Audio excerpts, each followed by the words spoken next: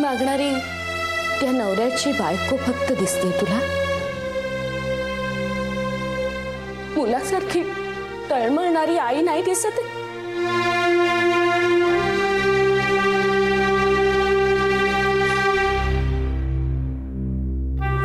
ठीक आहे,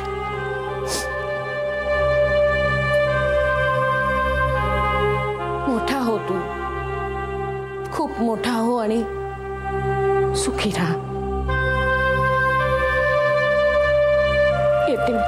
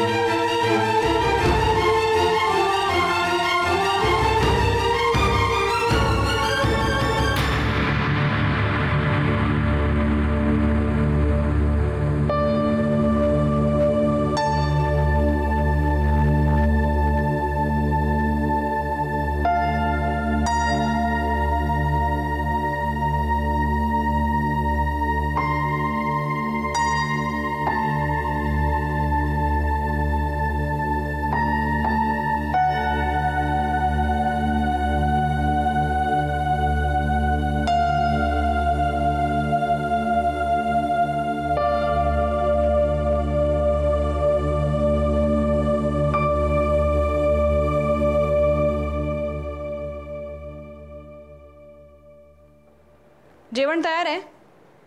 तुला भूक लागली की जेवून घे, माझ्यासाठी थांबू नकोस. दोस्ताला भेटायला ग.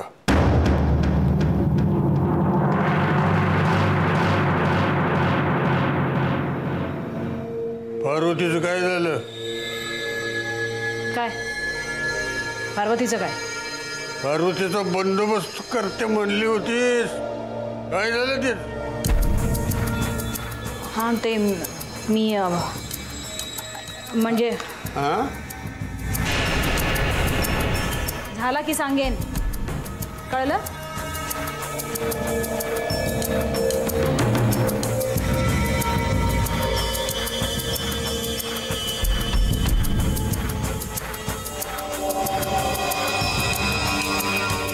तुला वाटतं तितकी सोपी गोष्ट नाही इंदू, लई चिवट आहे पार्वती.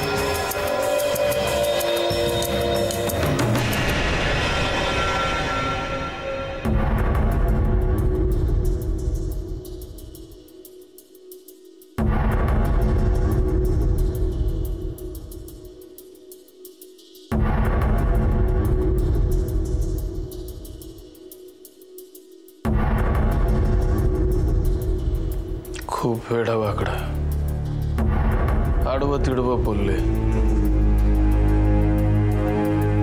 ऐकून घेतलं मी. काय बोलले साहेब? ते सगळं पुन्हा बोलून मी माझं तोंड खराब करून घेऊ? नाही. फक्त एक लक्षात ठेव चंदू, त्यांनी केवळ तुला जन्म दिलाय म्हणून ते आज जिवंत आहेत. नाहीतर मला असं बोलणारा दोन पायांवर सरळ चालू शकलेला नाही. साहेब मी तुला धमकावत नाही, घाबरवत सुद्धा नाही.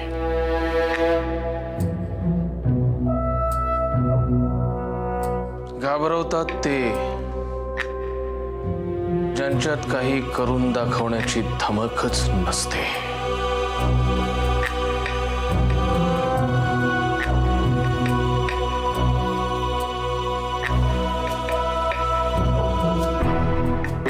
साहेब मी त्यांच्या बाजूने तुमची माफी मागतो साहेब.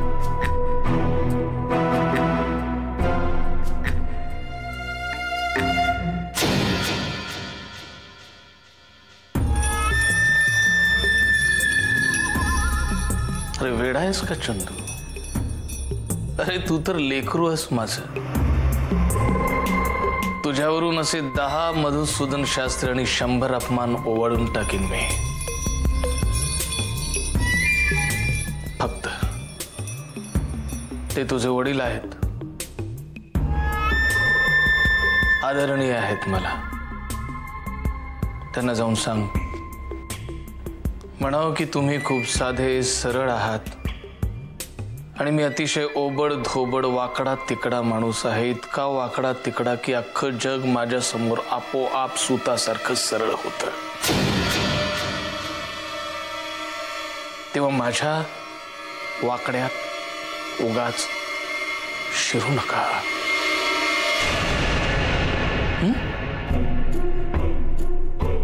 बरं तर बरं, तो अभिमान घरी नव्हता रे. त्याच्या समोर फोन आला असता आणि त्याला सगळं कळलं असतं तर तुला तर माहिती कसं वाकड्या डोक्याचं बेणं निपजलंय ते.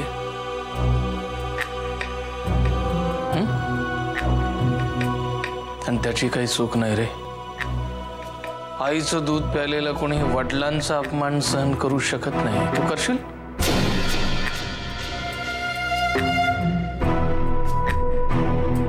करशील?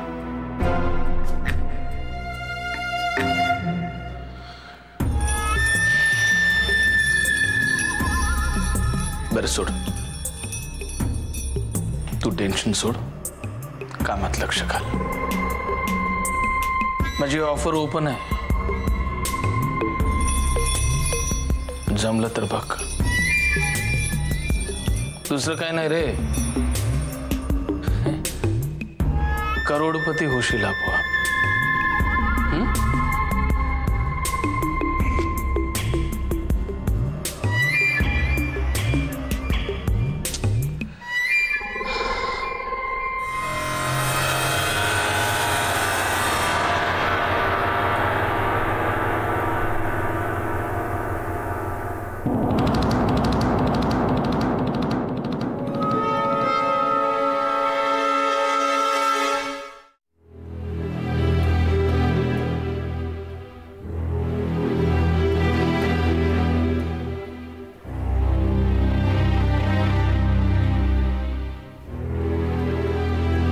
चहा झाला?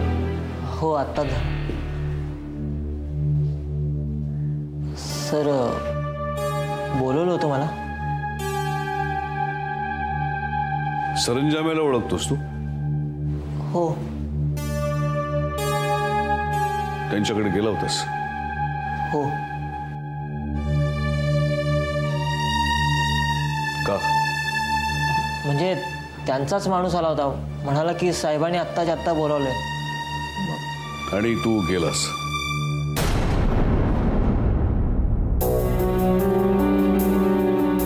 तो माणूस माझे क्लासेस घेण्याला बसलाय, तुला माहित नाही?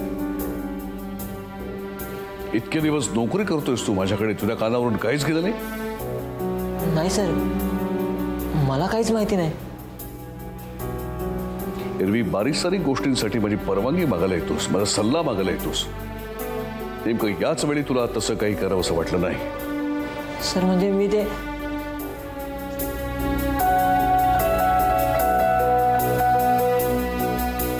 मी दोष तुझा नाहीये. जिथे माझा सख्खा मुलगा त्याच्या दिवसाची सुरुवात त्या सरंजामाचे पाय धरून करतो, तुला काय दोष देणार मी? नाही हो सर, खरंच मला काय माहिती नाही. ते पाया पडतो तुमच्या. त्याची गरज नाही.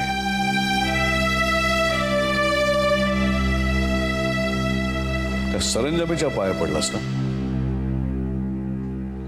मला आता वाटत नाही की तुला माझी काही गरज आहे याच्यामुळे.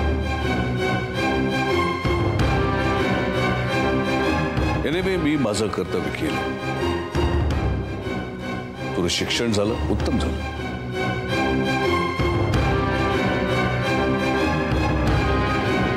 याच्या पुढे तुझा तू काहीही करायला मोकळा आहेस. मधुसूदन शास्त्रीचे दरवाजे तुला यापुढे कायमचे बंद आहेत, लक्षात ठेव. सर. जा. सर.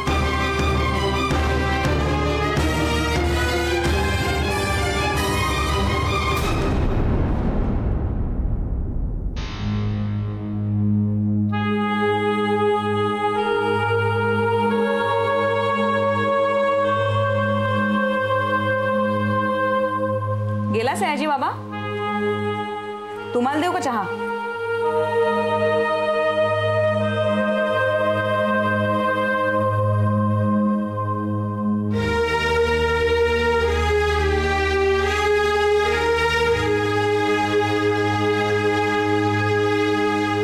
बाबा काय झालं? प्रिया प्लीज सांगा ना. मला जरा शांत बसू दे. बाबा प्रिया प्लीज.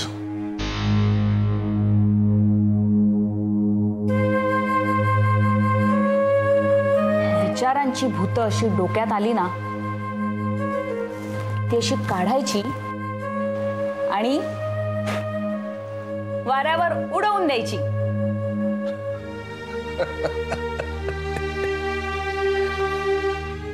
तुझ्या लहानपणच्या सगळ्या गोष्टी लक्षात आहेत माझ्या.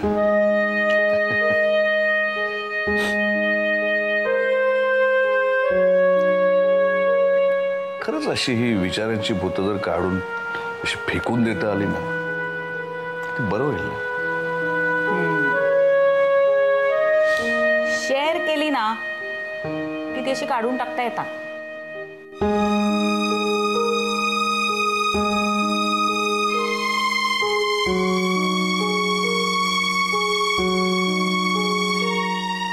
करेक्ट, शेअर करेन,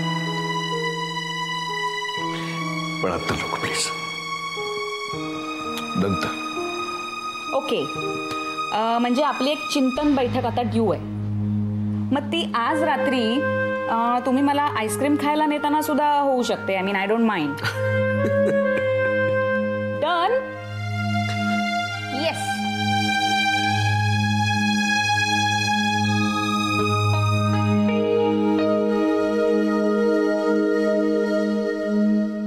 अहो तुमची लेक आमच्या कुटुंबाचं नशीब आहे माई, आणि प्रत्येकानं आपलं नशीब आपणच जपावं. काही बाबतीत मला शुभ्राची खूप काळजी वाटते. तिला पडणारी स्वप्न, होणारे दृष्टांत. नाही, माझी खात्री आहे की ही तिची ताकदच आहे. पण तिला काही अपाय तर होणार नाही ना, हे मला तपासून बघायचं आहे. ज्याला तुम्ही तिची ताकद म्हणताय ना, त्या स्वप्नाने आजपर्यंत एवढा घात केलाय, तिचाही आणि आमचाही. असतो, काळच हे सिद्ध करेल की ही तिची शक्ती आहे की शाप. मला शुभ्राच्या भूतकाळाविषयी थोडंसं जाणून घ्यायचं आहे, आणि आता ते तुमच्याशिवाय दुसरं कोण सांगू शकणार? तुम्ही विचारा ना, मी सांगते. एक तर शुभ्राची जन्मवेळ बरोबर 12च्या ठोक्याला तिचा जन्म झाला होता, हो ना? हो, म्हणजे मध्यंतरी एक मुलगी आली होती, तिला सुद्धा मी अगदी हेच म्हटलं की 12च्या ठोक्याला टॅ केलं या मुलीनं. कोण मुलगी? तुम्ही आत्ता म्हणालात की एक मुलगी भेटायला आली होती. कोण मुलगी? हा, पत्रकार होती, वर्तमानपत्रात लेख लिहिते, मुंबईचीच. काय बाई तिचं नाव? महत्वाची गोष्ट म्हणजे तिचा आणि शुभ्राचा वाढदिवस एकाच दिवशी येतो ना. काय? हो, म्हणजे तिच्या लेखाचा विषय हाच होता ना की जगात अशा काही व्यक्ती आहेत की ज्यांना अशी गूढ शक्ती प्राप्त झाली आहे. मग मी तिला शुभ्राच्या स्वप्नांबद्दल सांगितलं, तर मग ती म्हणाली की मी मुंबईला गेल्यानंतर तुमच्या मुलीला भेटेन. आता काय तिला वेळ मिळाला असेल नसेल. माई, तुम्ही रागावणार नसाल तर एक बोलू का? कुठल्याही अनोळखी व्यक्तीला या गोष्टी बोलत जाऊ नका. नाही आहो, पण तशी ती मुलगी. मी तुम्हाला आपलं सांगितलं. असो, आपण शुभ्राबद्दल बोलत होतो. तुम्ही मगाशी म्हणालात की लहानपणापासून तिच्यात विलक्षण गुण होते. ती खूप लवकर बोलायला लागली होती. हो, म्हणजे बघा तेव्हा ती बोबडं बोलायची नाही. जे काही 2-4 शब्द बोलायचे ना, पण ते अगदी स्पष्ट बोलायचे. मला जरा आठवून सांगा, लहानपणी कधीतरी शुभ्राने तुमच्या समोर श्रीकृष्णाची शपथ असं म्हटलं होतं? श्रीकृष्णाचे नाही बा. स्मरणशक्तीला जोर द्या माई. बघा, आठवतंय का? कधीतरी म्हटलं असेल, झोपेत बडबडली असेल, किंवा खेळता खेळता ठेच लागल्यावर म्हटलं असेल कधीतरी श्रीकृष्णाची शपथ. नाही हो, ती असं काही बोलल्याचं मला नाही आठवत आहे. पण पण काय? म्हणजे तुम्ही आता श्रीकृष्णाचं नाव घेतलं म्हणून मला जे माहिती आहे ते माझ्या व्यतिरिक्त कुणालाही माहिती नाही. जी गोष्ट मी स्वतः माझ्या डोळ्यांनी बघितली. कुठली गोष्ट? म्हणजे बघा, तेव्हा शुभ्रा असेल एक 8-10 वर्षाची पोर. मी घरकाम करण्यासाठी म्हणून पहाटे लवकर उठायची. तशी उठले, घरकाम आवरत होते, तेवढ्यात मला कुणाचा तरी बोलण्याचा आवाज आला शुभ्राच्या खोलीतून. म्हणजे शुभ्राच बोलत होती. तर म्हटलं, ही एवढ्या पहाटे कुणाशी बोलतेय? म्हणून मी तिकडे बघायला गेले तर काय? म्हणजे बघा, तेव्हा शुभ्रा बिछाण्यात उठून बसली होती आणि खिडकीतून बाहेर बघत होती. म्हणजे तिची नजर अगदी शून्यात लागल्यासारखी होती आणि ती काहीतरी बोलत होती. ती काय बोलत होती मला कळत नव्हतं. पण नंतर जेव्हा मला कळायला लागलं ना, माझ्या काळजाचा ठोकाच चुकला. काय बोलत होती ती? अहो, माझी 8 वर्षाची पोर भगवद्गीतेतले श्लोक अगदी पाठ असल्यासारखी धडाधडा बोलत होती. तुम्ही किंवा तिच्या वडिलांनी शिकवलं असेल तिला, किंवा शाळेत कधीतरी तिने? नाही, म्हणजे शाळेत गीताईचे वर्ग होते, पण अहो ती भगवद्गीता अगदी तोंडपाठ असल्यासारखी म्हणत होती.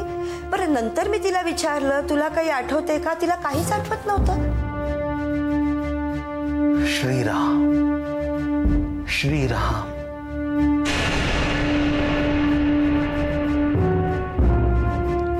ही गोष्ट तुम्ही कुणालाही सांगितली नाही ना? नाही हो, आधीच माझ्या लेकीबद्दल लोक शंका कुशंका काढत होते. मी कुठे कोणाला बोलायला जाणार? मी जेव्हा तिच्या वडिलांना हे सगळं सांगितलं तेव्हा तेच म्हणाले की ही गोष्ट आपल्यातच राहू दे, त्याची वाच्यता कुठेही करू नकोस. आणि सगळ्यात महत्वाची गोष्ट म्हणजे तो दिवस. कुठला दिवस होता तो? गोकुळाष्टमीचा दिवस होता. म्हणजे आदल्याच रात्री कृष्ण जन्माची पूजा झाली होती गावात आणि दुसऱ्या दिवशी हे घडलं. पण त्याच्या आधीही कधी घडलं नव्हतं, नंतरही घडलं नाही.